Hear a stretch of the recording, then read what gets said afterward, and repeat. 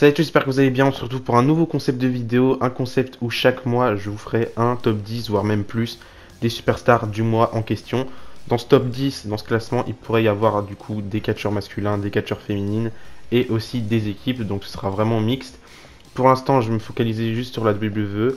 Peut-être qu'un jour je vous ferai réellement un classement général où je vous englobe tout le catch que j'ai pu voir durant l'année. Pour l'instant, c'est pas prévu. Pour l'instant, on reste sur un top 10. Je vais vous faire un classement chaque mois, donc là on est sur le mois de janvier. Et à la fin de l'année, évidemment, je vous ferai aussi un classement général où je vais faire un classement de toutes les superstars de la WWE que j'ai pu regarder durant l'année. Sans plus tarder, on commence directement avec les mentions honorables. Je vais essayer à chaque fois, dans chaque vidéo, de vous faire quelques mentions honorables. Là, premier nom que j'ai noté dans les mentions honorables, c'est LA Knight.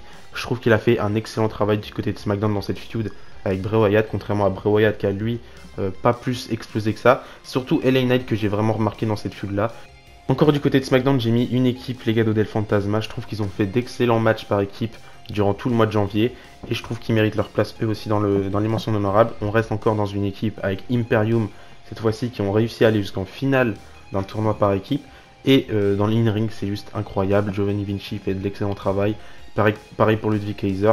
Imperium mérite leur place dans les mentions honorables. Et pour terminer, du côté de Raw, j'ai mis Seth Rollins. Il rentrait pas dans mon top 10, mais j'aurais clairement pu le mettre dans mon top 10. Il a fait lui aussi de l'excellent travail du côté de Raw. Autour du titre des États-Unis, c'est un petit peu compliqué pour l'instant parce qu'on n'a pas de titre majeur du côté de Raw. Roman Reigns, il n'est pas souvent là. Du coup, Seth Rollins prend la place un petit peu de main eventer du côté de Raw avec Austin Theory. Et je trouve qu'il a fait un excellent travail autour de ça. Seth Rollins, il est juste incroyable. Il arrive toujours à se renouveler et c'est juste ouf. Et on passe ensuite au top 10 avec la 10ème place, première fille du classement, Bianca Belair, la championne de Raw. Malgré mon très faible intérêt dans sa feud avec Alexa Bliss, Bianca Belair a réussi à conserver son statut de championne solide. Et elle arrivera à être la deuxième championne de Raw à atteindre les 1 an de règne avec Becky Lynch. Et il me semble aussi qu'elle a défendu 2 fois son titre durant le mois de janvier, et en plus sans trop de difficultés. À Elimination Chamber, on découvrira face à qui elle défendra son titre à WrestleMania. Mais même avec ça, il y a très forte chance qu'elle réussisse à rester championne même après WrestleMania. A la 9ème place, j'ai mis Dominic Mysterio, beaucoup critiqué auparavant, mais il a réussi à se détacher de l'image de son père et devenir l'une des seules choses intéressantes du Judgment Day. Il a fait une très belle performance dans le Royal Rumble match et il risque de s'améliorer continuellement. Et j'espère personnellement que le potentiel match qu'il aura face à son père à WrestleMania l'aidera encore plus à se propulser. A la 8ème place, j'ai mis Kevin Owens qui est enfin de retour dans le main event, ça fait tellement plaisir. Et en janvier, il a continué de faire ce qu'il faisait depuis novembre 2022. Dans cette feud face à Roman Reigns, une triste défaite au Royal Rumble, mais il nous offre une belle performance quand même, et on risque de le revoir dans la course au titre plus tard dans l'année. En 7ème position, j'ai décidé de mettre Solo Sikoa, pas grand chose à rajouter sur lui, il n'est pas dans le main roster depuis très longtemps, mais même avec ça, il a quand même réussi à s'imposer et devenir l'un des catcheurs les plus prometteurs, avec des victoires sur des catcheurs comme Sheamus, il gravit les échelons, et ça m'étonnerait même pas de le voir lui aussi dans la course au titre prochainement. Dans la Bloodline actuellement, il agit comme le bras droit de Roman Reigns et j'espère personnellement le voir prochainement affronter le champion intercontinental. Mais c'est vrai que le futur de Solo Sikoa est vraiment grandiose et j'ai hâte de voir ça. A la 6ème place, encore un membre de la Bloodline, Jey Uso, élément majeur de cette storyline et apprécié par la majorité des fans. Il a un rôle bien plus important que celui de son frère Jimmy, premièrement contre Sami Zayn. Et dernièrement, seul membre à soutenir Sami Zayn, c'est juste incroyable. L'histoire de la Bloodline a commencé avec Jey Uso et risque aussi de se terminer avec Jey Uso. On est à la moitié du classement avec la 5ème place et là j'ai décidé de mettre le leader de la Bloodline, le Tribal Chief Roman Reigns. Il a eu des apparitions très limitées en janvier et qu'un seul match il me semble, mais ça lui a suffi pour briller. J'ai hâte de voir la suite du règne de Roman Reigns et avec les 2 matchs qui nous attendent, ça risque juste d'être incroyable. Et à la 4ème position, j'ai mis le champion intercontinental Gunther qui est maintenant champion depuis presque 250 jours, ce qui fait de lui le champion intercontinental au plus long règne de l'ère moderne et j'espère réellement qu'il dépassera le règne d'Honky Tonk Man. Mais la raison principale pour laquelle je l'ai mis aussi haut dans mon classement, c'est surtout pour sa performance incroyable en Royal Rumble match, entrer en première position et finir avant-dernier, et il dépasse même le record de longévité dans un Rumble, et c'est juste incroyable, il a même réussi à me mettre le doute sur le vainqueur du Royal Rumble. Je suis hyper content pour lui, tout le monde disait qu'il allait se rater Gunther, mais finalement c'est incroyable ce qui se passe avec lui. Je suis content de le voir réussir dans le main roster et la suite ça va être brillant pour lui. On rentre dans le podium avec la 3ème place et j'ai mis la gagnante du Royal Rumble, Rhea Ripley, il fallait qu'elle remporte ce Rumble. Et chaque semaine elle est plus que divertissante, de loin la membre du Judgment Day le plus important. Elle ira affronter du coup Charlotte Flair à WrestleMania pour la revanche d'il y a 3 ans. et j'espère qu'elle deviendra championne et qu'elle nous offrira un règne en tant que championne de SmackDown incroyable. À la deuxième place, j'ai mis Sami Zayn, c'est la personne qui est le plus over actuellement à la WWE. On rêve tous de retrouver le Sami Zayn de NXT, mais son travail ces derniers mois dans la Bloodline, c'était juste incroyable du début jusqu'au grand moment du turn sur Roman Reigns au Royal Rumble. Ça faisait très longtemps qu'on n'avait pas eu une storyline de cette qualité.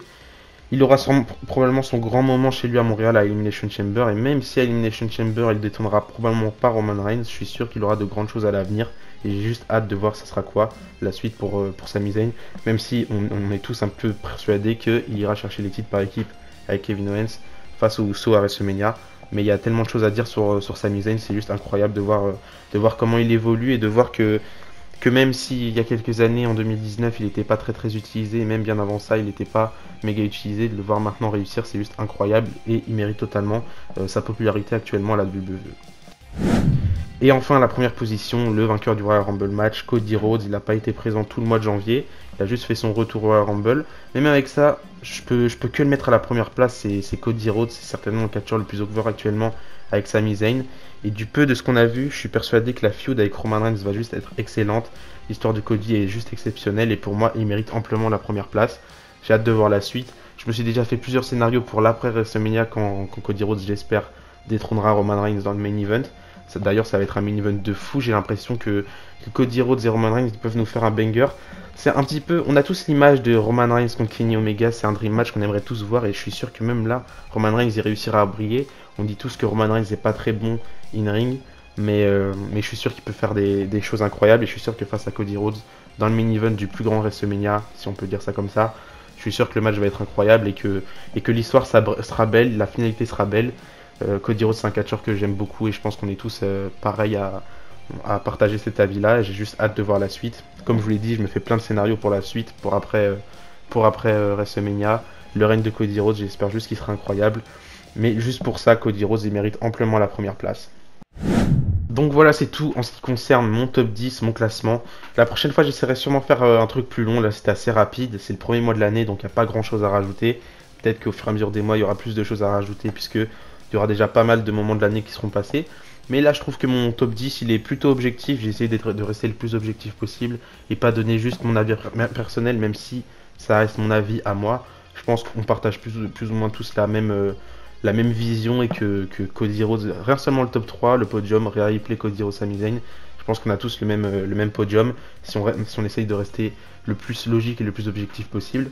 Du coup voilà, donnez-moi votre avis par rapport à mon classement dans les commentaires, mettez-vous aussi votre classement des superstars du mois dans les commentaires. J'ai sorti la vidéo un peu plus tard que d'habitude, normalement j'aurais dû la sortir fin janvier, voire début février, là on est mi-février.